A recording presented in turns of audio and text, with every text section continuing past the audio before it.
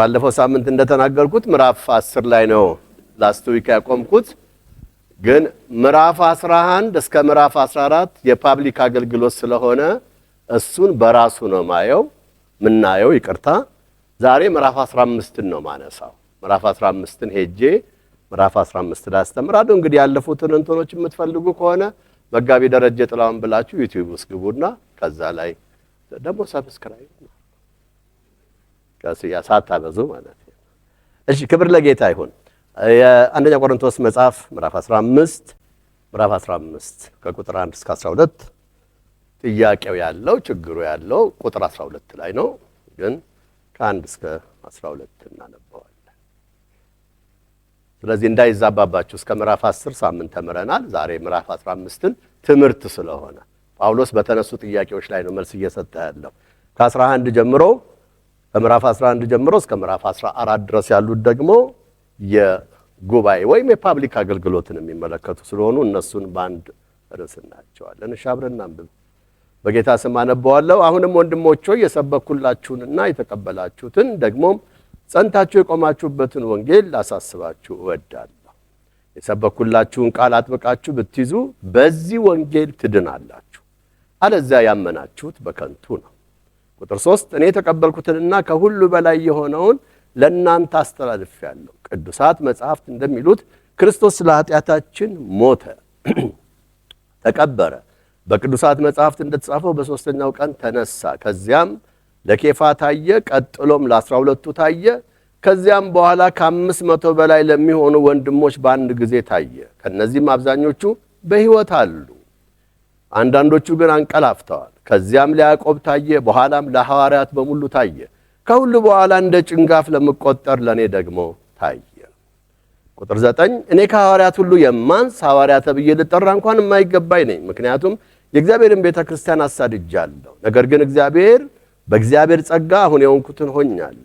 ለኔ የተሰጠኝ ጸጋ ከንቱ አልሆነም፣ እንዲያውም ከሁሉ በላይ በትጋት ሰርቻለሁ። ዳሩ ግን እኔ ሳልሆን ከኔ ጋር ያለው የእግዚአብሔር ጸጋ ነው። ቁጥር 11 እንግዲህ እኔም ሆንኩ እነርሱ የምንሰብከው ይህንኑ ነው፣ እናንተም ያመናችሁት ይህንኑ ነው። ቁጥር 12 ይሄ ነው ጥያቄው፣ ፕሮብሌሙ ይሄ ነው ማለት ነው። ቁጥር 12 ክርስቶስ ከሙታን እንደተነሳ የሚሰበክ ከሆነ ከእናንተ አንዳንዶች እንዴት የሙታን ትንሣኤ የለም ይላሉ? ክርስቶስ ከሙታን እንደተነሳ የሚሰበክ ከሆነ ከእናንተ አንዳንዶች እንዴት የሙታን ትንሣኤ የለም ይላሉ? አጭር ጸሎት እናድርግ። የዘላለም አምላክ እግዚአብሔር በኢየሱስ ክርስቶስ ስም ክብር ለስምህ ይሁን። ስለ ዳንበት መንፈስ ስለተቀበልነው የወንጌል የጸጋ ቃል ሁሉ እግዚአብሔር ሆይ በዳነ መንፈስ ነገ ደግሞ ሊነሳ ሞትን ድል አድርጎ በትንሣኤ ክብር ተነስቶ በዘላለም መንግስት በጻድቃን መንፈስ ማህበርስ መካከል ሊገኝ የሚችል ማንነት ስለሰጠን ክብር ለስምህ ይሁን። በጌታ በኢየሱስ ክርስቶስ ደም አይምሮአችን ሁሉ ንጹህ ይሁን፣ ልባችን ንጹህ ይሁን። የጌታን ስም በንጹህ ልብ ከሚጠሩ ጋራ ተብሎ እንደተጻፈ በንጹህ ልብ ስምህን እንድንጠራ በኢየሱስ ስም አንተ እርዳን። ቃልህ በመንፈስ ቅዱስ ኃይል የተገለጠ ይሁን። ጌታ እግዚአብሔር ሆይ ትክክለኛውን እውነተኛውን እግዚአብሔር ሆይ በእውነት በቅዱስ መንፈስህ አማካኝነት እግዚአብሔር ሆይ ቃልህን ለሕዝብህ እንዳበራ እንድትረዳኝ ጌታ እግዚአብሔር የዘላለም አምላክ ከቃልህ እንዳልስት በቃልህ ላይ እንዳልጨምር የራሴን ሐሳብ የሰውን ሐሳብ እንዳልጨምር ጌታ መንፈስ ቅዱስ በኢየሱስ ስም እንድትገልጥልን ጊዜውን እንድትባርክ ለአንተ አሳልፌ ሰጠው። የአዲሱ ኪዳን አገልግሎት በቀለምና በወረቀት ላይ ሳይሆን በመንፈስና በሰው ልብ ላይ እንጂ በጽላትና በድንጋይ ላይ አይደለም ተብሎ እንደተጻፈ ጌታ መንፈስ ቅዱስ በእያንዳንዱ ሰው ልብ ላይ የሚታተም የእውነት ቃል ይገለጥ። ጊዜውን ባርክ። ማንኛውም አይነት አጋንንታዊ ተጽዕኖ በመድኃኒቴ ስም የተመታ ይሁን። ክብር ለስም ይሁን በኢየሱስ ክርስቶስ ድንቅ ስም። በቆሮንቶስ ቤተክርስቲያን የሙታን ትንሣኤ የለም የሚሉ ሰዎች ነበሩ ማለት ነው። ወይም ደግሞ በዛን ዘመን የነበረው ፍልስፍና ይሄንን አይነት ፍልስፍና ያራምድ ነበር። ለምንድን ነው ለሙታን ትንሣኤ የለም ሊሉ የቻሉት? አንድ ሶስት ነገሮችን ሪፍሌክት ላድርግላችሁ። አንድ ነገር አንርሳ፣ የኖስቲዝምን ፍልስፍና አንርሳ። የኖስቲዝም ፍልስፍና ክራይስትን ይከፍላል። ዶስቲዝም ይባላል ብያለሁ። ክራይስት የለበሰው ሰውነት ስጋ አይደለም። ዴኬኦ የሚለው የግሪክ ቃል ነው። ዴኬኦ ማለት መምሰል ማለት ነው ብያለሁኝ። ስለዚህ ክራይስትን ብቻ ሳይሆን ሰውንም ይከፍላል። ሰው መንፈሱ ትራንስደንስ ነው፣ ምጡቅ ነው፣ ቅዱስ ነው። ከእግዚአብሔር ጋር ህብረት ማድረግ ይችላል፣ ጸድቋል። ስጋው ግን ቁስ ነው፣ ኢቭል ነው። ስለዚህ ስጋው የሰው ምንም ነገር ሊያደርግበት ይችላል የሚለው አስተምሮ እንዳለ ሆኖ እዚህ ጋር ደግሞ ያ ቁስ ስጋ ትንሣኤን ሊያገኝ አይችልም የሚል የኖስቲዝም ፍልስፍና አለ። ይህ ጥያቄ ሊሆን የሚችለው የሄዶኒዝም ጥያቄ ነው፣ ወይም የሄዶኒስቶች ጥያቄ ነው። ይህንን የምናገኘው 15ኛው ምዕራፍ እዚሁ ምዕራፍ ላይ ከቁጥር 32 እስከ 33 ባለው ላይ ነው። ምን ይላል ሐዋርያው ቅዱስ ጳውሎስ? በእናንተ መካከል እንዳሉት እንዳንዳንዶቹ ሰዎች ሙታን የማይነሱ ከሆነ እንብላ እንጠጣ ነገ እንሞታለን የሚሉ አሉ ይላል ቁጥር 32 እና 33። ስለዚህ መንፈስ ቅዱስ ነው።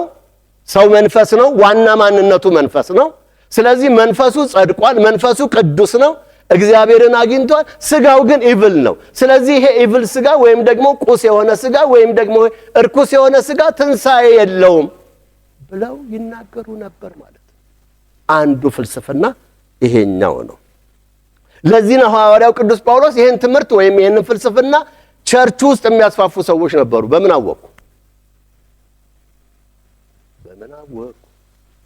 እዛው ጋር ቁጥር 34 ነው ይላል። አትሳቱ፣ ክፉ ባልንጀርነት መልካሙን ጠባይ ምን ያደርገዋል? ያበላሸዋል። ኃጢአትም አትስሩ። ምክንያቱም ይሄ ስጋ የማይነሳ ነው ብለው ሰዎች በስጋቸው ኃጢአትን ይለማመዱ ነበር። ስለዚህ የመጀመሪያው ችግር ይሄ ነው የሚመስለኝ። ሁለተኛው መንፈስ ንጹህ ነው። እውነት ነው። መንፈስ ሰዎች ጌታን በተቀበሉ ጊዜ መንፈሳቸው ንጹህ የሆነ ማንነታቸው ጸድቋል። ስለዚህ ያ መንፈሳቸው በእግዚአብሔር ዓለም ውስጥ ትራንሲደንስ ወይም ምጡቅ በሆነው ዓለም ውስጥ መንፈሳቸው ትንሣኤ አግኝቷል። ሌላ ትንሣኤ የለም የሚል ደግሞ በእስያ ውስጥ ያለ ሌላ ፍልስፍና ነበር። በሁለተኛ ጢሞቴዎስ የእስያ ቸርች የኤፌሶን ቤተክርስቲያን ላይ የኤፌሶን ቤተክርስቲያን ፓስተር ለነበረው ለጢሞቴዎስ ሐዋርያው ቅዱስ ጳውሎስ እንደዚህ ብሎ ጽፎለታል። ትምህርታቸው እንደማይሻር ቁስል ይሰራጫል። ይውላችሁ ቁስሉ አይሻርም፣ እንደገና ደግሞ ምን ያደርጋል? ይሰራጫል። ቸርች ውስጥ ያለውን ትምህርት ሲናገር ነው ወይም ፍልስፍናው። ከነዚህም መካከል ኤሜኔዎስና ፊሊጦስ ይገኛሉ። እነዚህም ከእውነት ርቀው የሚባዝኑ ናቸው። በጣም ከእውነት ርቀው የሚባዝኑ ናቸው። ምንድነው ትምህርታቸው ብሎ ሲለው እነርሱም ትንሣኤ ሙታን ከዚህ በፊት ሆኗል እያሉ ያንዳንዶቹን እምነት ይገለብጣሉ።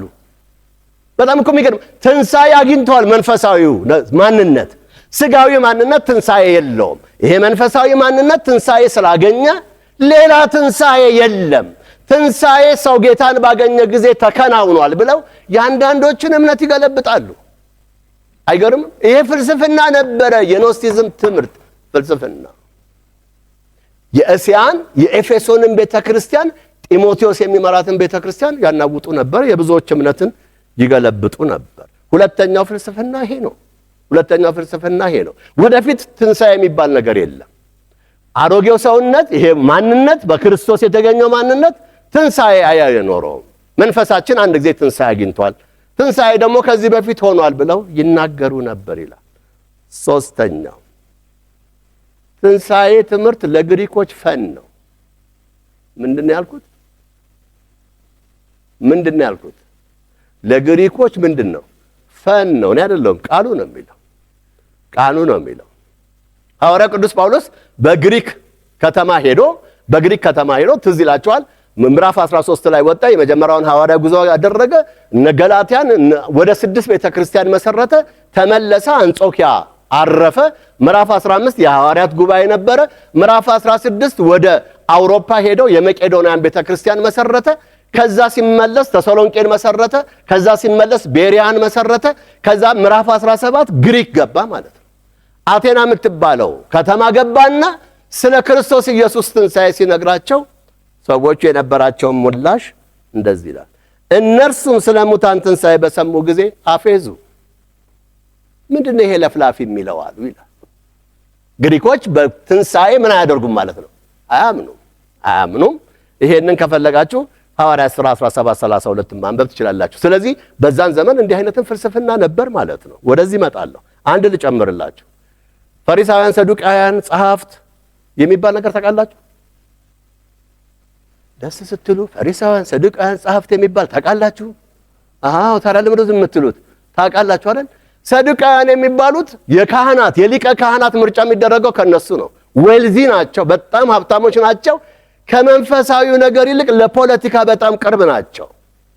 ሰዱቃውያን የሚያሳዝናቸው ሊቀ ካህን ሆነው በመንፈስ አያምኑም፣ በትንሣኤ አያምኑም፣ በመላእክት አያምኑም። አያሳዝንም? ሊቀ ካህን ናቸው ኤንድ የት። ስለዚህ ሰዱቃውያን በዛን ዘመን ነበሩ። ድንገት የቆሮንቶስ ቤተክርስቲያን ውስጥ ትምህርታቸውን አሽልከው አስገብተው ሊሆን ይችላል። ስለዚህ አራት ሂስቶሪካል ነገሮችን ተናግሬያለሁ ማለት ነው። ሐዋርያ ቅዱስ ጳውሎስ ትንሣኤ ለምን የለም ለሚሉ ሰዎች፣ ሐዋርያ ቅዱስ ጳውሎስ ትንሣኤ የለም ለሚሉ ሰዎች አርጊውመንቱን ቴዎሎጂካል አርጊውመንቱን ያቀርባል ማለት ነው። አሁን በዚህ ዘመን ትንሣኤ የለም የሚል አለ? ሙስሊም የለም እንዴ? አለ። ትንሣኤ የለም። አንድ ሙስሊም ታገኘ ገነት ገብታል ወደፊት ተነሳለትን አላህ ያውቃል ነው የሚለው። ስለ ጀነት ምንም የሚያውቀው ነገር የለም። እሺ፣ የመጀመሪያው ነገር ሐዋርያው ቅዱስ ጳውሎስ የሚያቀርባቸው አርጊውመንቶች፣ የመጀመሪያው ነገር የኢየሱስ መነሳት ላይ ያረጋግጣል ማለት ነው። ኢየሱስ በመነሳቱ ትንሣኤ ተረጋግጧል ብሎ ይናገራል። የኢየሱስን መነሳት በሶስት መንገድ ነው የሚያረጋግጠው። ከቁጥር 1 ጀምረን አሁን እግር በእግር እንሄዳለን ማለት ነው። ከቁጥር 1 ጀምሮ እስከ ቁጥር 11 ባለው ክፍል ውስጥ መጀመሪያ በወንጌል ተረጋግጧል ይላል። ሐዋርያው ቅዱስ ጳውሎስ በነበረ ጊዜ ወንጌል የለም፣ የተጻፈ ሪትን የሆነ ወንጌል የለም። ወንጌል ማለት አንድ ነገር ነው። ወንጌል ማለት ኢየሱስ ክርስቶስ ተወለደ፣ ኢየሱስ ክርስቶስ ሞተ፣ ኢየሱስ ክርስቶስ ምን ሆነ? ተቀበረ፣ ኢየሱስ ክርስቶስ ምን ሆነ? ተነሳ። ትናንትና ወዲያ ይመስለኛል ሮብለት አንድኛ ሰፈር የዚሁ ቸርች አባል ሰው ለቅሶ ነበረውና ያንን ሰው ለቅሶ ለመድረስ አያት አካባቢ ነው ቤቴ እና ወጥቼ ቆሜያለሁኝ። እየጠበቅኩ ነበር የሚወስደኝን ሰው። ከዛ አንድ ወንጌል ሊመሰክር አንድ ሰው መጣ ማለት ነው። ትራክት ይዟል ልጁ። ከዛ በኋላ ጋሼ ኢየሱስ ጌታ ነው አለኝ ማለት ነው። አሜን ለዘላለም አልኩት ማለት ነው። ኢየሱስ ከጨጓራ ከኩላሊት ከምናምን ያድንሃል አለኝ ማለት ነው። አው ለሱ ሐኪም ቤት ነው የምሄደው አልኩት። እኔ ደግሞ አውቄ ነው እንደዛ አልኩት። አይ የኃጢአት ጨጓራ አለኝ ማለት አለኝ። የኃጢአት ጨጓራ ምንድነው? ወንጌል መሰበክ ያለበት ኢየሱስ ተወልዷል፣ ሞቷል፣ ተነስቷል፣ ወደ አብ ቀኝ በክብር አድርጓል፣ ተመልሶ በክብር ይመጣል። ይሄ ነው ወንጌል፣ ሌላ ወንጌል የለም። ወንጌል ኮንቴንቱ ይሄ ነው። ወንጌል ፈውስ አይደለም። አደራ በደንብ ተረዱ።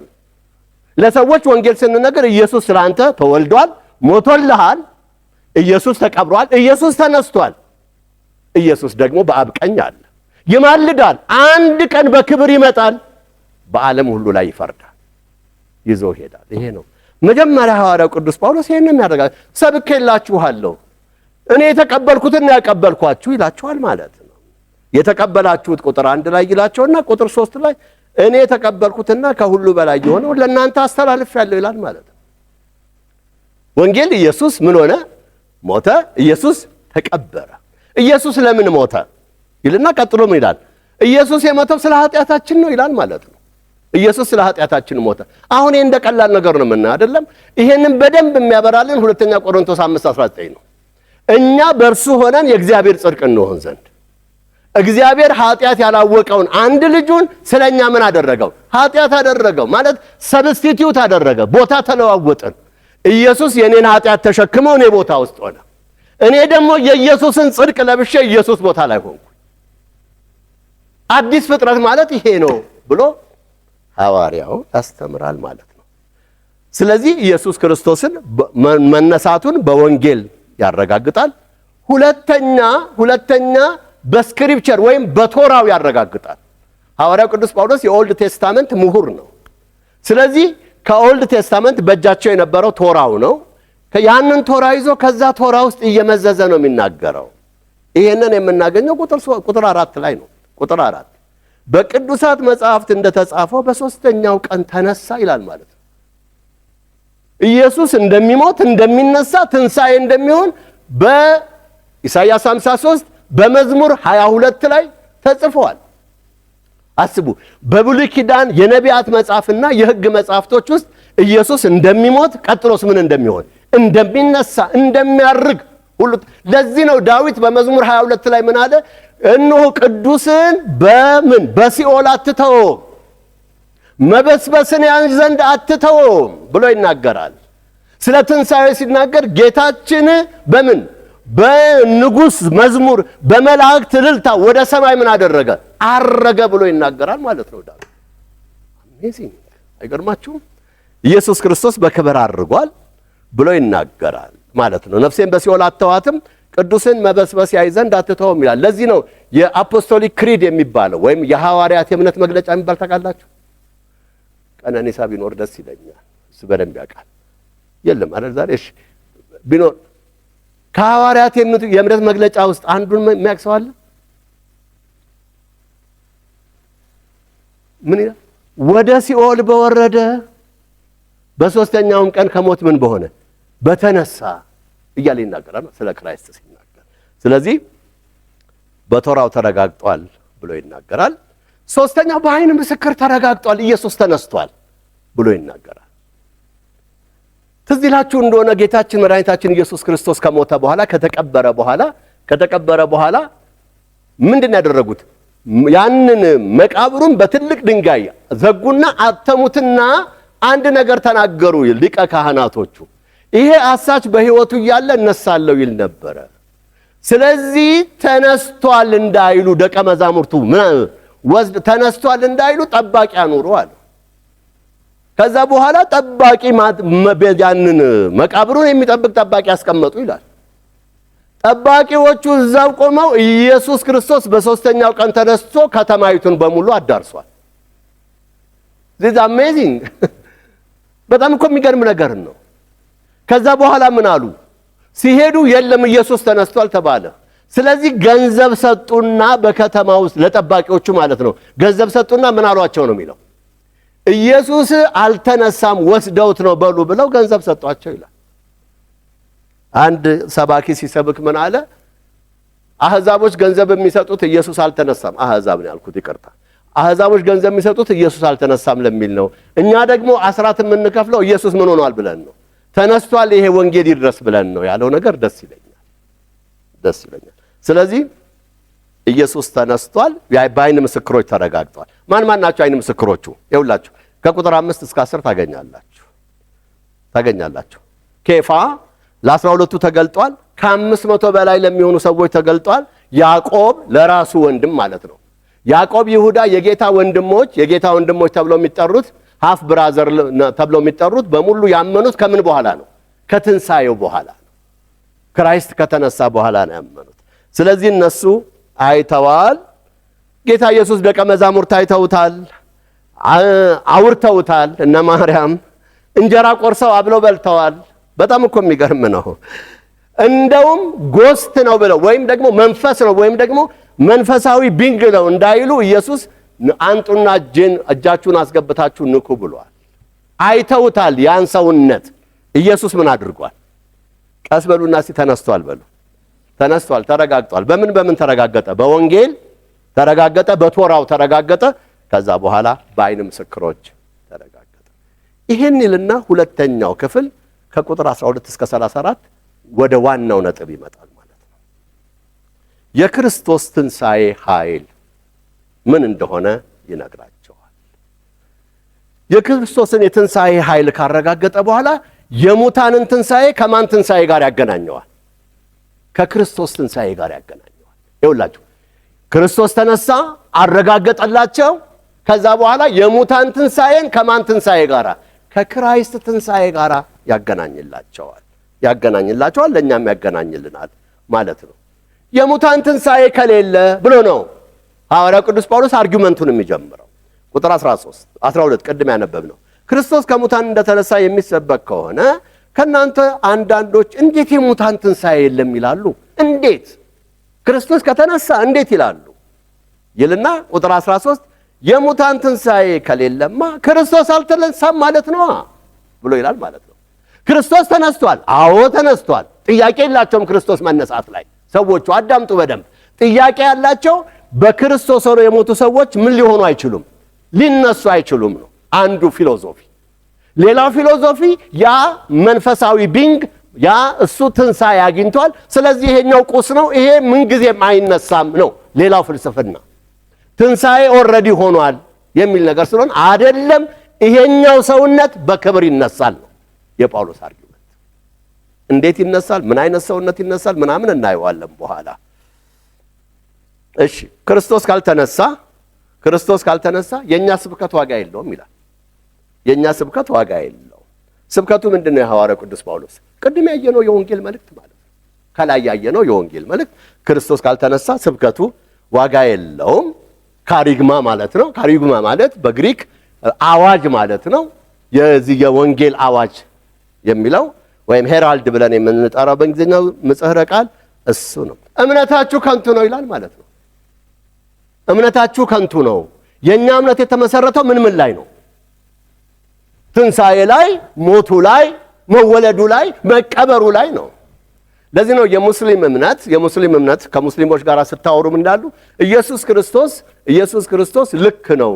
ወደ መጨረሻው የሞት መንገድ ሲሄድ ኢየሱስ ተሰወረባቸውና ይሁዳን ይዘው ሰቀሉት ነው የሚለው። አብሯቸው እንደዛ ነው የሚያምኑት። ኢየሱስ ራሱ ተቀብሯል። ሞቷል፣ በመስቀል ላይ ተቀብሯል።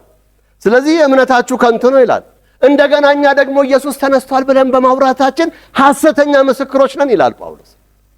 ሐሰተኛ ምስክሮች ነን። ሐዋርያት ለምንድን ነው የተጠሩት? የኢየሱስን ትንሣኤ ምን ለማድረግ? ለመመስከር። ሐዋርያት ሥራ ምዕራፍ 1 ቁጥር 8 ምንድን ነው የሚለው? ማን ነው የሚነግረኝ?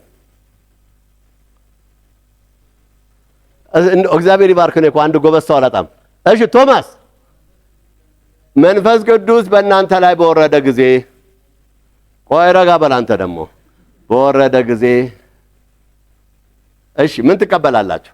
ኃይል ትቀበላላችሁ። ከዛ ምን ትሆናላችሁ? እቤት ትተኛላችሁ። እሺ አይ መንፈስ ቅዱስ በእናንተ ላይ በወረደ ጊዜ ኃይል ትቀበላላችሁ። ከዛስ ከኢየሩሳሌም ጀምሮ እስከ ምድር ዳርቻ። እሺ ሳሳጥረው ጸጊ እስከ ምድር ዳርቻ ድረስ ምን ትሆናላችሁ? ምስክሮቼ ትሆናላችሁ። ይሄ ነው። ይሄ ሶስት ነገር አለው። ይሄኛው ፐርፐዝ ነው። የወንጌል ዓላማ፣ የሐዋርያት የመጠራታቸው ዓላማ ፐርፐዛቸው ምን መሆን ነው? ምስክር መሆን ነው። ለዚህ ነው ሐዋርያቶች ሰዱቃውያን አፍነው ሲይዟቸው ኖ እንዳነኩን፣ ለዚህ ጉዳይ እኛ ምስክር ነን፣ ሞቶ ነበር ተነስቷል፣ አብረን በልተናል ጠጥተናል ብለው የሚናገሩት ማለት this is purpose። ይሄኛው ሎኬሽን ነው። ከኢየሩሳሌም ጀመሩ። ከምዕራፍ 1 እስከ ምዕራፍ 7 አሁን ሐዋርያት ሥራ ላስጠና አልችልም። ከምዕራፍ 1 እስከ ምዕራፍ 7 ኢየሩሳሌም ናቸው። ከዛ ስደቱ ተነሳ፣ እስጢፋኖስ ሞተ። ምዕራፍ 8 ጀምሮ ይኸውላችሁ ምዕራፍ 8 ጀምሮ እስከ 12 ድረስ ተበተኑ። ሲበተኑ ሶስት ነገር፣ ወደ ቂሳሪያ ይሁዳ ማለት ነው። ይሁዳ ቂሳሪያ ተበተኑ። ቂሳሪያ የማን ሀገር ነው? ደስ ነው የምትሉኝ? የወንጌላዊ ፊልጶስ ሀገር ነው። የይሁዳውን ሪቫይቫል የመራው እሱ ነው። ከዛ ወደ ሰማሪያ፣ ይሄንንም ፊልጶስ ነበር የመራው። ከዛ ወደ አንጾኪያ፣ ከአንጾኪያ በኋላ ነው ወንጌል ወደ ግሪክ አካያ፣ ከዛ በኋላስ ወዴት? ወደ ሮም፣ ወደ ስፔን የሄደው። ስፔን ገና አዳጊ ከተማ ነበረች በዛን ጊዜ። እንደምን ትቆጠራለች ማለት ነው? እንደ ዓለም ዳርቻ ትቆጠራለች። ስለዚህ ምስክሮች ነን እኛ። ሐሰተኛ ምስክር ሆንና ነው እኮ ቢለው ጳውሎስ። ሆንን ማለት ነው እንግዲህ ክርስቶስ ካልተነሳ ምን ብለን ክርስቶስ ተነስቷል እያልን በደረስንበት ስፍራ ሁሉ ስንናገር ሐሰተኛ ሰዎች ሆንን ማለት ነው ብሎ ይላል። ክርስቶስ ካልተነሳ የኃጢአት ስርየት አላገኛችሁም ይላል። የኃጢአት ስርየት ያገኘነው መቼ ነው?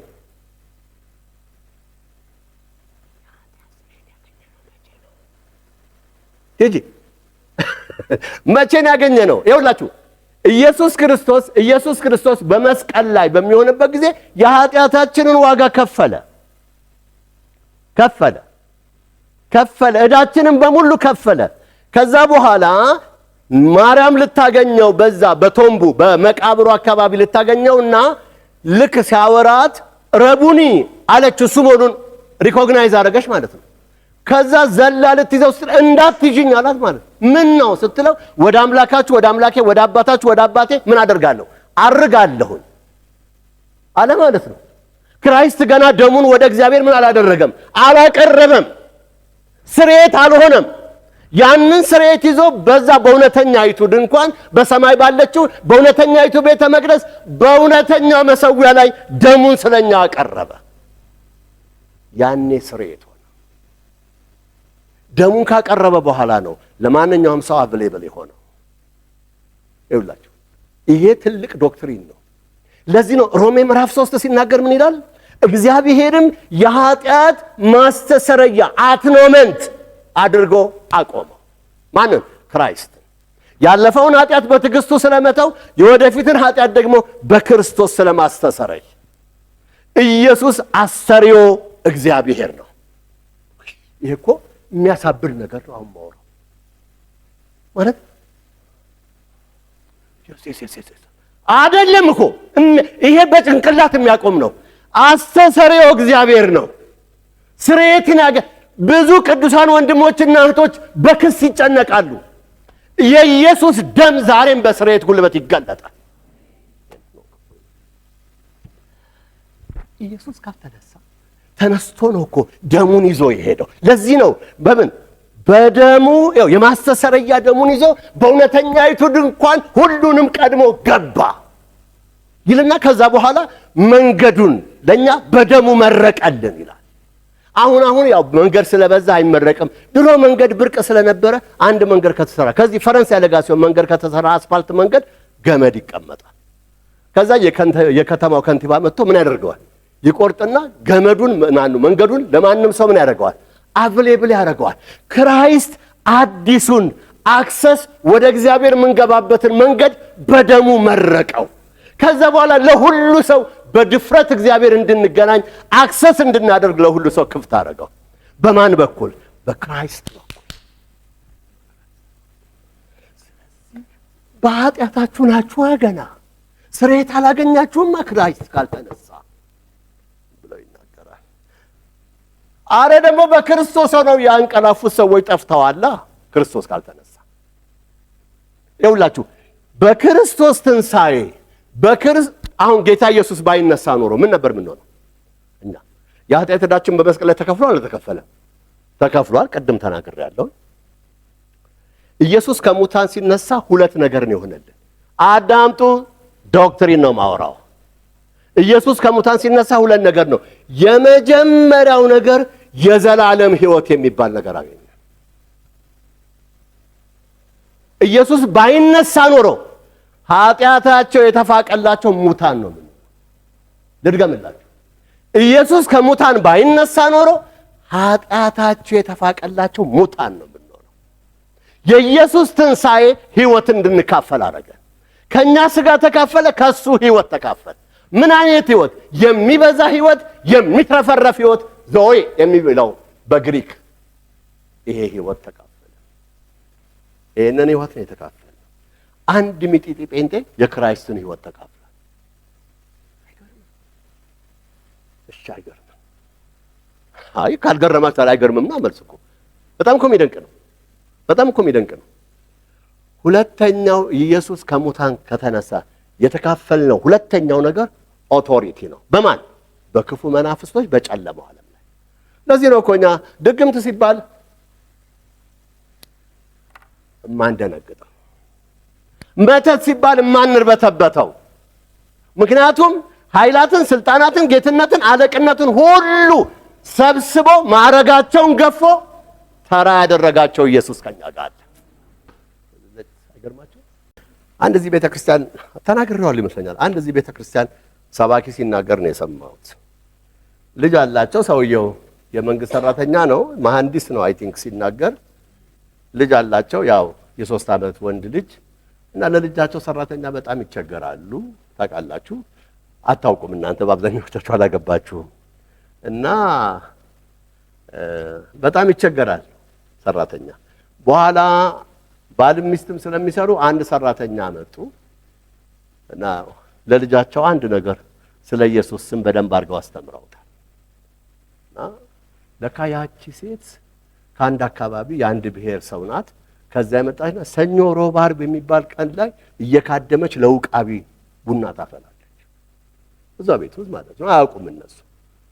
እና ያንን ልጅ ስለ ኢየሱስ ስም አስተምረውታል። ለካ አንድ ቀን ቡና ሳትካድም ቀርታ መንፈሱ ይጥላታል ማለት ነው። አለቃ መንፈስ ነው፣ ይጥላታል። ከዛ ልጁ እንደተማረው በየሹሽም ሲል በቃ ለጥ ብላዋለች ማለት ነው። ከዛ ባል መጣ፣ በር ያንኳኳል ምናምን፣ የሚከፍትለት አጣ። ቁልፉን ከፈተ። ከዛ በኋላ ገባ፣ ደነገጠ። ልጁን አገላበጠ፣ አየ ምናምን። ሲገባ እሷ ኮሪደር ላይ ከጧት ጀምሮ ገባው የመንፈስ አሰራር እንደሆነ። ከዛ በኋላ በቃ ልብሱን ቀይሮ ምን ብሎ ሊጸልይላት ጀመረ ማለት ነው። ከዛ ምንድነው ራስን ግለጽ ሲል አካባቢውን ጠርቶ የዚህ አካባቢ አለቃ ነኝ ብሎ ተናገረ ማለት ነው። ውጣ በኢየሱስ ስም አዝሃለሁ ሲለው ይሄ ልጅ አስሮኛል እንዴት ልውጣ አለ ማለት ነው። አንድ የ3 ዓመት ልጅ አለቃውን መንፈስ አስሮ ቁጭ አድርጎታል። ይሄንን አይናችሁን በኢየሱስ ስም ያብራ ወገኖች። ስልጣን ነው የተካፈለ በኢየሱስ ትንሣኤ። እሺ በክርስቶስ ያንቀላፉት ጠፍተዋል ይላል። የሞቱት አይደለም የሚለው ያንቀላፉት። ብዙዎቻችሁ አሁን ኮሌጅ አካባቢ ነው ያላችሁት። ኤሌመንታሪ ወይ ምናምን ሆነን በዩኒፎርም ነው አይደል የተማራችሁት እናንተ አይደል? በዩኒፎርም ነው የተማርነው። ማታ ሁል ጊዜ ሰኞ ማታ ሲሆን ለማክሰኞ ምን እናደርጋለን? እንዘጋጃለን። ዝግጅታችን እንዴት ነው? ደብተራችን እናስተካክላለን። እኔ እንኳን በዩኒፎርም አይደለም የተማርኩት በእውነት ካለ በዩኒፎርም ግን ደብተራችን እናስተካክላለን። ከዛ ዩኒፎርማችንን አጣጥፈን ጫማችን ሁሉን ነገር አድርገን ነው የምንተኛው። ለምን? ነገ ጧት ምን እንደምንሆን እናውቃለን። አንድ ሰው ሲጮክ ብሎ እንደምነሳ ይበል እስቲ። ነገ ጧት ምን እንደምንሆን እናውቃለን፣ እንደምንነሳ እናውቃለን። ያንቀላፉት ብሎ የሚለው ይሄ ማንቀላፋት አንድ ቀን የኢየሱስ ትንሣኤ አለ ነው ብሎ ነው የሚለው። ይሄ ነው እኮ ሞትን እንዳንፈራ የሚያደርገን፣ ሞትን እንድንጋፈጥ የሚያደርገን። እኔ ብሞትም ኢየሱስ ትንሣኤ ይሰጠኛል የሚል ነገር ስላለን ማለት ነው። ኢየሱስን ለምድራዊ ሕይወት ብቻ ተስፋ የምናደርገው ከሆነ እኛ ምስኪኖች ነን ይላል ማለት ነው። ይሄ አሁን በነገርኳችሁ ክፍል ውስጥ በአንድ ቃል ያስረዋል። ይሄንን አብረን እንድናነብ ጠይቃችኋለሁ። ቁጥር 30 ቁጥር 20 ይቅርታ፣ በጣም ቁጥር 20 አንድ ላይ እናንብብ። 15 ምዕራፍ 15 ላይ ነኝ ያለሁት። አንደኛ ቆሮንቶስ ቁጥር 20 ነገር ግን በአዲሱ መደበኛ ትርጉም ክርስቶስ ምን ላደረጉት ላንቀላፉት ሁሉ ምን ሆኖ በኩራት ሆኖ በእርግጥ ከሙታን ምን ሆኗል? ተነስቷል። አይገርማችሁ? እሱ በኩራት ሆኖ በኩር ወንድማችን ነው ይላል። በጣም እኮ የሚገርም ነው። በኩር ወንድማችን ነው፣ በኩራት ሆኖ እሱ ተነስቷል። እሱ ከተነሳ ምን ያደርጋል ማለት ነው? ሌላው ምን ያደርጋል? ይቀጥላል። ክርስቶስ ላንቀላፉት በኩራት ሆኖ ተነስቷል። ተነስቷል ኢየሱስ በድል በክብር በስልጣንና በታላቅ ኃይል ማለት ነው። ስለዚህ ሲሉት ይውላችሁ ስለዚህ ሲሉት እናንተ እስከ ቁጥር 34 እኔ ዛሬ ማታ እናንተም በሆነ አሁን ሰብስክራይብ አደረግና ማታ ቤቴ ገብቼ ከፍቼ ቁጭ ብዬ ቆሮንቶስን ከፍቼ እጽፋለሁ ማለት አጠናለሁ ማለት። ከዚህ ይውላችሁ እስከ ቁጥር 34 ባለው ክፍል እኔ ፖይንት አውት ላድርግላችሁ፣ እናንተ በኋላ እዩት። ስለዚህ ክርስቶስ ተነስቷል፣ ላንቀላፉት በኩራት ሆኖ ተነስቷል። ስለዚህ ያንቀላፉት በኩሩን ተከትለው ይነሳሉ አለ ማለት ነው። ያንቀላፉት በኩሩን ሆኖ ተነስታል ይነሳሉ። ያው ጥሩ ነገር ጥሩ ሜሞሪ አይደለም። አሁን የማነሳው ነገር የዛሬ 15 ቀን ጃራ ወደ ጌታ ሄዷል አይደል? ወንድማችን ጃራ ያው እዚህ ወጣት መሪ ነበር። ስለዚህ አንድ ቀን ጃራ ካንቀላፉት ጋር አብሮ በክብር ምን ይሆናል ማለት ነው? ይነሳል። ኢየሱስ ተነስቷል፣ እኔም እነሳለሁ ማለት ካልቻለን ክርስትናችን ጥያቄ ውስጥ ነው ማለት ነው። እሺ እንደገና ምን ይላል ሐዋርያው ቅዱስ ጳውሎስ? ሞት ወደ ዓለም የገባው በምንድን ነው? በአንዱ በአዳም በኩል ነው። ስለዚህ ሕይወት ደግሞ በማን በኩል ገባ? በክርስቶስ በኩል ገባ። ሁለት አዳም ያስቀምጣል። የመጀመሪያው አዳም መሬታዊ ነው፣ የተገኘው ከአፈር ከክሌ ነው፣ ከዚህ ነው። ሁለተኛው አዳም ዘሩ ከሰማይ ነው ይላል ማለት እሱ መንፈሳዊ ነው። ከዚህኛው አዳም የሆኑት መሬታዊያን ናቸው፣ እዚሁ ነው የሚቀሩት። ከሁለተኛው አዳም ከመንፈሳዊ ዘር የተወለዱት ግን እነሱ በኩሩ በክብር ሲነሳ አብረው ይነሳሉ። ለምን? መንፈሳዊያን ናቸው፣ መንፈሳዊያን ናቸው ብሎ ይናገራል። ተቃላችሁ ሊበራል ቴዎሎጂ የሚባል አለ። በጣም ጥሩ ያልሆነ ቴዎሎጂ ነው። ሊበራል ቴዎሎጂ ከሚናገረው ነገር አንዱ ምንድነው? እግዚአብሔር በአዳም በኩል ሰዎችን ኃጢአተኛ ሲያደርግ ሰዎቹን አማክሮ አይደለም ማለት ሰዎች ኮንፌስ አድርገው አይደለም። በቃ በአዳም በኩል ኃጢአተኛ አድርጌሃለሁ ብሎ እንዳለ ሁሉ ሰዎችን ደግሞ እግዚአብሔር በክርስቶስ ጻድቅ አድርጓል። ስለዚህ ሰዎች ክርስቶስን መቀበል አያስፈልጋቸውም ነው የሚለው። ኦልሬዲ እግዚአብሔር በክርስቶስ ዕዳቸውን ከፍሏል። አመኑ አላመኑ እግዚአብሔር ሰውን ወደ ሲኦል አያስገባም፣ ወደ ገሃነመ እሳት አያስገባም ብለው ነው የሚያምኑት። መጽሐፍ ቅዱስ ግን እንደዛ አያስተምረንም። ይሄ የይሖዋ ምስክሮች ትምህርት ነው። የይሖዋ ምስክሮች አመለካከት ነው።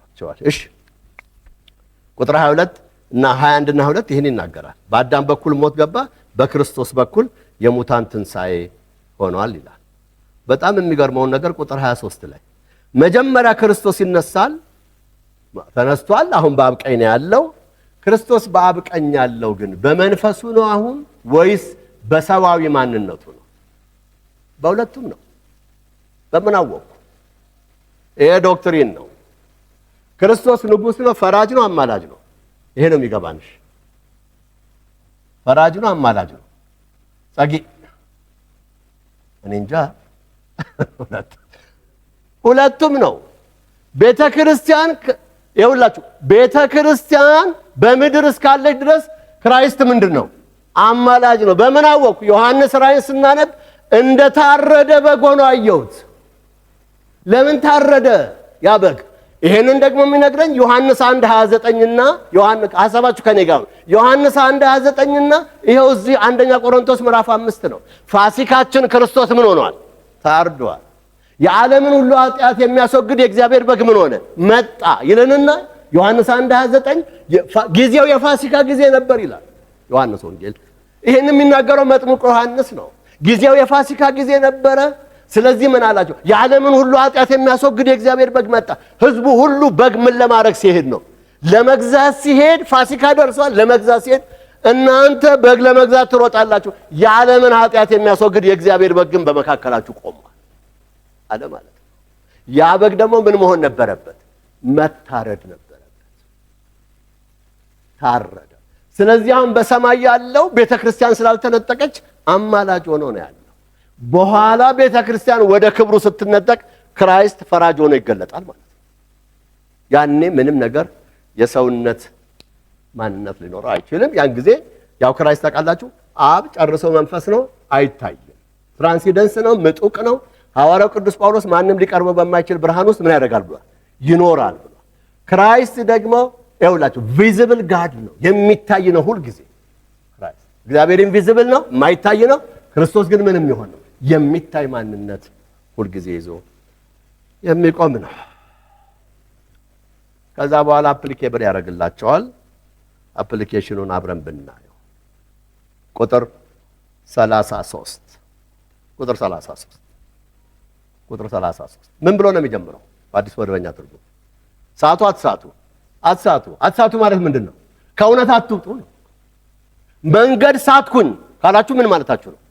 ትደውሉና ደረጀ አያት እየመጣው መንገድ ሳትኩኝ ካላችሁ ቆመና እዛው ጋር የት ጋር እንዳለህ ንገረኝ ነው ማለት። በጣም ጎበዝ ከሆናችሁ ምልክት ሰጣለሁ፣ በጣም ደግሞ ጎበዝ ካልሆናችሁ ሎኬሽን እልካለሁ ማለት። አትሳቱ ሎኬሽን ነው ቢልክ አትሳቱ ነግሬያለሁ፣ የሚያስቷችሁ መካከላችሁ አሉ ብሎ ይነግራቸዋል።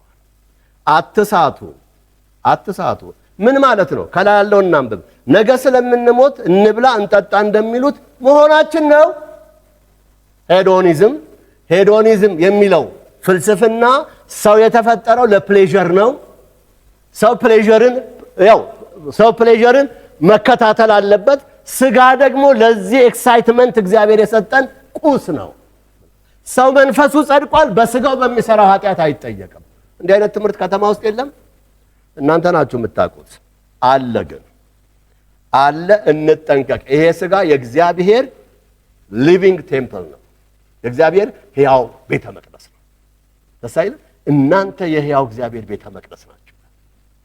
ይሄ በጣም የሚገርም ነው። ስለዚህ አትሳቱ፣ እንደነሱ አትሁን።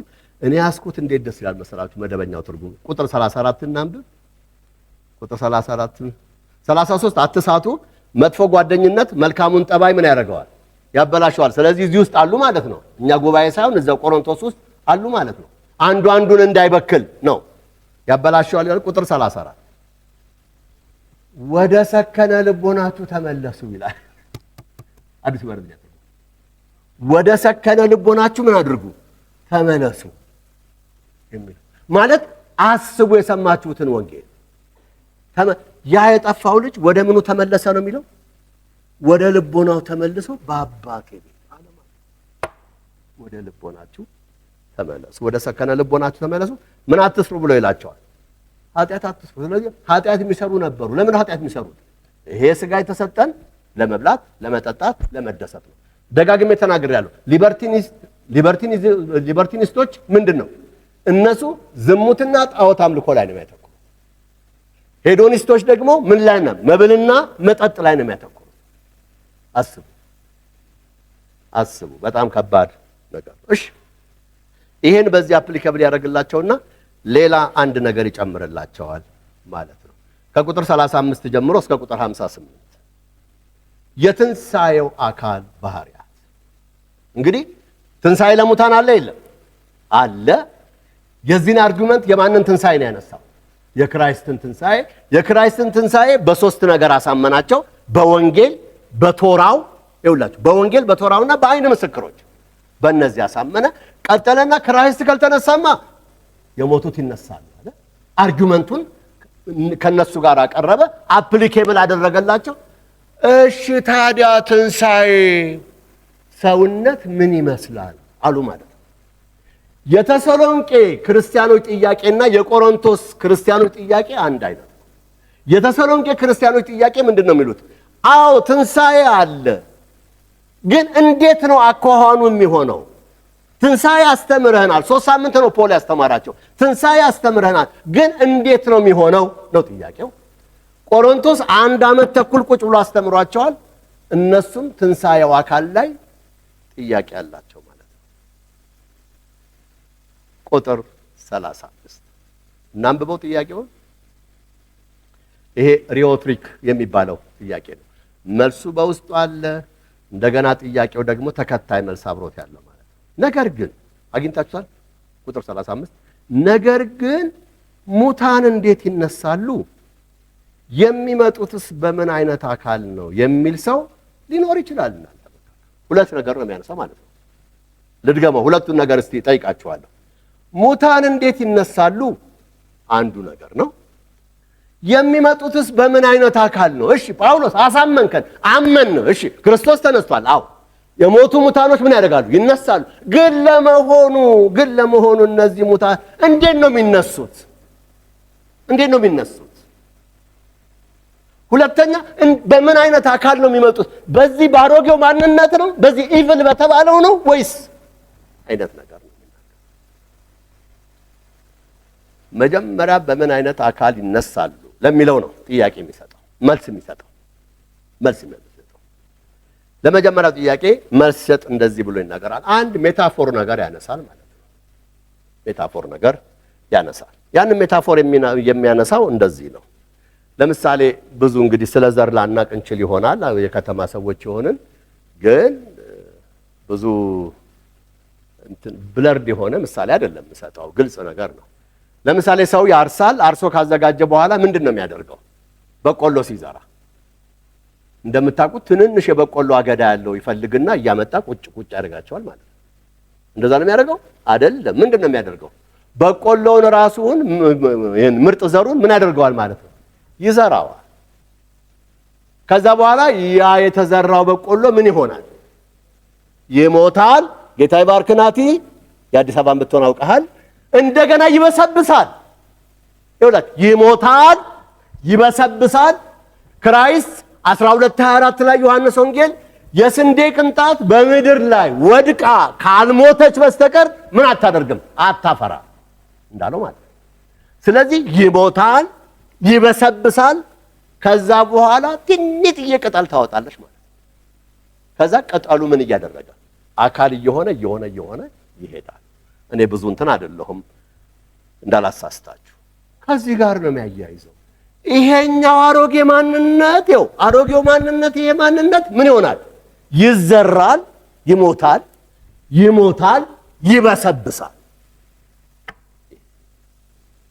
ከዛ የማይበሰብስ ሆኖ ይነሳል። ያ ከየት ይገኛል ሲሉት አንተ ዘሩን ነው የምትዘራ እንጂ በቆሎ ስትዘራ ለዘሩ አካል የሚሰጠው አገዳ የሚሰጠው ቅጠል የሚሰጠው ፍሬ እንዲያፈራ የሚያደርገው ማን ነው? እሱ እግዚአብሔር። ልክ እንደዚሁ ይሄኛው ይወድቃል፣ ይሞታል፣ ይበሰብሳል። ለዛ ለአዲሱ ሰውነት ትንሣኤ አካል የሚሰጠው ማን ነው? እግዚአብሔር። ያንን የሚሰጠው ብሎ ይሄ ግን የራሱ የሆኑ 4 ባህሪያት አሉ። ፎከስ በባይብል ስኩል ፎከስ ከተባለ ፈተና ነው ማለት አይደል? እሱ ባለው እንደዛ ነው፣ ፈተና ነው። እሺ ምን አለ? የሚበሰብስ ይዘራና ምንም አይሆን ነው አለ። የማይበሰብስ እኔ እናንተ ቦን ከስር የማይበሰብስ ስላለው ማለት ነው። ለምን ውስጣችንን ኢንስፓየር ያደርገናል። የማይበሰብስ ይሄኛው ስጋና ደም የእግዚአብሔርን መንግስት ስለማይወርስ ይሄ ምንም ይሆን ነው፣ የሚበሰብስ ነው። ለዚህ እኮ ነው ሰው ከሞተ ከ3 ቀን በኋላ ይባላል ሕክምና ባለሙያዎችና ወይም ተመራማሪዎች ሲናገሩ እነዚህ አይኖቹ፣ ጆሮቹ፣ ምናምኖቹ ምን ይሆናሉ? ይፈርሳሉ። 3 ቀን በኋላ እንደዛ ነው የሚሆነው ይባላል። ክራይስት ወደ አልዓዛር ሲሄድ ያን የፈረሰውን ሰውነት ያስነሳው ማለት ነው በአራተኛው ቀን። በምንድን ነው ያስነሳው? ክራይስት በምንድን ነው ያስነሳው? የሀገር መጥረቢያ ምናምን አዘጋጅቶ መዓት ዶክተሮች ጠርቶ አይደለም፣ አንድ ቃል ነው። አልዓዛር ሆይ ና ውጣ አለው። የተገነዘውም ሰውዬ እንጣጥ እያለ ወጣ ማለት ነው። ፍቱትና ይሄድ አለ ማለት ነው። ለሞተው ሰውነት የማይበሰብስ በውርደት ይዘራና በምን ይነሳል? በክብር። አይገርም እንዴት ኦፖዚት እንደሆኑ። ይሄኛው በውርደት ነው የሚዘራው እየተለቀሰለት ዋይ እየተባለለት በመኪና አደጋ ተጨፈላልቆ ሊሆን ይችላል ይሄኛው የሚሞተው። ያኛው ግን በክብር ይነሳል። ዋ ለዚህ እኮ ነው ይሄንን ሰምታችሁ እኔ ቁጭ አልልም። ይሄን ሰምቼ እንዴት አድርጌ ነው ቁጭ የምለው? ይሄ እኮ በጣም የሚያሳብድ እኮ እውነት ነው። ለምን ይሄ ነው በዚህ ተስፋ ነው ተጽናኑ የተባልነው። ተስፋ እንደሌላቸው እንደሌሎቹ ሰዎች አትሆኑ የተባለ። ለዚህ ነው እኛ ተስፋ ያለን እንጂ የሽሮ የበርበሬ ተስፋ አይደለም። እንደ ዘመኑ ያለን የማይበሰብስ ሕያው የሆነ ዘላለማዊ ተስፋ በክርስቶስ አለ። እሺ በክብር የሚነሳ እንደገና በድካም ይዘራል። ከዛ በምን ይነሳል? በኃይል ይነሳል። አይገርማችሁ? በኃይል ይነሳል። ስጋዊ አካል አለ፣ ደግሞ ምናዊ አለ፣ መንፈሳዊ አካል አለ። መንፈሳዊ አካል ማለት ጎስት ማለት አይደለም። ይሄ የማይታይ የማይጨበጥ አይደለም። ክራይስት የሚታይ ማንነት ነው ይዞ የመጣው። ይሄንን ይናገራል። ይሄንን ስለ በምን አይነት አካል ይነሳሉ ወይም ይገለጣሉ ለሚለው ነገር ይሄን ይናገራል። ባይዘው በመጨረሻው ዘመን ያመነም ያላመነም እንደሚነሳ ታውቃላችሁ። ያላመኑ ሰዎች በመጨረሻው ቀን ይነሳሉ። በዛ በሰውነታቸው በዚህ ሰውነታቸው ነው እሳቱ ወደማይጠፋው ትሉ ወደማይበሰብሰው የሚጨመሩ። ለዚህ ነው እኮ ወንጌል ቶሎ መሰበክ ያለበት። አብራችሁ የምትሉት ሰው አብረን የምንተኛው ዶርም ውስጥ ሊሆን ይችላል። አብረን እሱ እሳት ውስጥ እኛ ከክራይስት ጋር ስለሆነ ለዚህ ነው መንቃት ያለብን ቶሎ። እሺ እንዴት ይሆናል? ይቺ በቃ 3 ደቂቃ ስጡ። 2 ሰዓት ከ5 ሆኗል። 3 ደቂቃ ልውሰድ። እሺ 3 ደቂቃ። በዚህ አካል መንግስተ ሰማያት አይወረስም ብሏል ምዕራፍ 50 ላይ። ስጋና ደም የእግዚአብሔርን መንግስት ምን አያደርግም? ቁጥር 50 ላይ አይወረስም። ከዛ በኋላ ምን አለ ሐዋርያው ቅዱስ ጳውሎስ? ይኸውላችሁ ሁል ጊዜ ጌታ በሚመጣበት ጊዜ ክራይስት በሚመጣበት ጊዜ እንደዚህ ነው የሚሆነው። ክርስቶስ ኢየሱስ በሚመጣበት ጊዜ ዳግም ምጽአት በሚባለውበት ጊዜ ክራይስት እግሮቹ መሬት አይነኩም። ይሄ የኛ ቤተክርስቲያን ቴዎሎጂ ነው፣ ወይም ደግሞ የኛ ቤተክርስቲያን መሰረተ እምነት ነው፣ ስለ ስካቶሎጂ ማለት ነው። እግሮቹ መሬት አይነኩም። በአየር ላይ ክራይስት ይመጣል። መለከት ምን ይሆናል? ይነፋል። አርኬንጅልስ እነዚህ የመላእክት አለቆች መለከት ይነፋሉ። የዛን መለከት ድምፅ ሴንስ የምናደርገው እኛና በክርስቶስ ሆነው ያንቀላፉት ናቸው። ሙታን የእግዚአብሔርን ድምፅ የሚሰሙበት ሰዓት ይመጣል። ይሰማሉ ማለት ነው ያኔ መለከት ድምፅ። የዛን ጊዜ የሞቱ ሰዎች ወዲያውኑ የሚበሰብሰው ይወድቅና የማይበሰብሰውን ለብሰው ይነሳሉ። ከዛ በኋላ እኛ በህይወት ያለነው ሰዎች በቅጽበት አይን ብሊንክ በመናደርገው በቅጽበት አይን ምን እንሆናለን? እንለወጣለን። ከዛስ በኋላ እነሱን አንቀድምም፣ እኛ እንለወጣለን። አብረን ተያይዘን ጌታን በደመና ለመቀበል እንሄዳለን። ዋው! ያኔ ግራቪቲ አይዘንም። አዲሱ ሰውነት ግራቪቲ የማይዘው ይሆናል ማለት ነው። ጌታን በደመና ለመቀበል እንሄዳለን። ከዛ በኋላ የ7 ዓመቱ መከራ ይጀምራል ማለት ነው። ይሄንን ባይብል ስኩል አስተምር ያለውኝ የ7 ዓመቱ መከራ የኛ ቤተክርስቲያን ዶክትሪን ቤተክርስቲያን በ7 ዓመቱ መከራ ውስጥ አታልፍም የሚል ዶክትሪን አታልፍም። የብዙ ሙሉ ወንጌሎች የሚኬሲዎች አብዛኛው ከተወሰኑ ያው ሳምንት ስላልኩኝ ዛሬም እንዳልን የሉተር ቴዎሎጂ ግን እንደዛ ነው። ስለዚህ የሪፎርሜሽኒስት ቴዎሎጂያንስ ቤተክርስቲያን በ7 ዓመቱ መከራ አታምንም። ከአንድ ምዕራፍ 1 እስከ ምዕራፍ 3 የቤተክርስቲያን ዘመን ነው። ምዕራፍ 4 ዮሐንስን አውጣ ተባለ። ዮሐንስ ቤተክርስቲያን ይወክላል። ስለዚህ ቤተክርስቲያን ትነጠቃለች። ከምዕራፍ 5 ጀምሮ ማህተምና መለከት ይነፋል። የዛን ጊዜ መከራ ይሆናል። በህይወት ያለን እንለወጣለን። ጌታን በአየር ለመቀበል እንሄዳለን። በዚህ ቃል ዘወትር ምን ሆኑ? ተጽናኑ፣ ተስፋ ደግሞ እንደሌላቸው አትሁኑ። ስለዚህ ሕያው ተስፋ ጌታ ለዘላለም ይባረክ። ጌታ በቅርቡ ምን ያደርጋል? ይመጣል። ጌታ አይመጣም የሚሉ ሰዎች እንዳሉ ታውቃላችሁ ማለት ነው። ኢቫንጀሊካል ቸርቾች ሆነው ማለት ነው። ጌታ አይመጣም የሚሉ አሉ። የነሱ እንትን ነው። ጌታ ግን ይመጣል።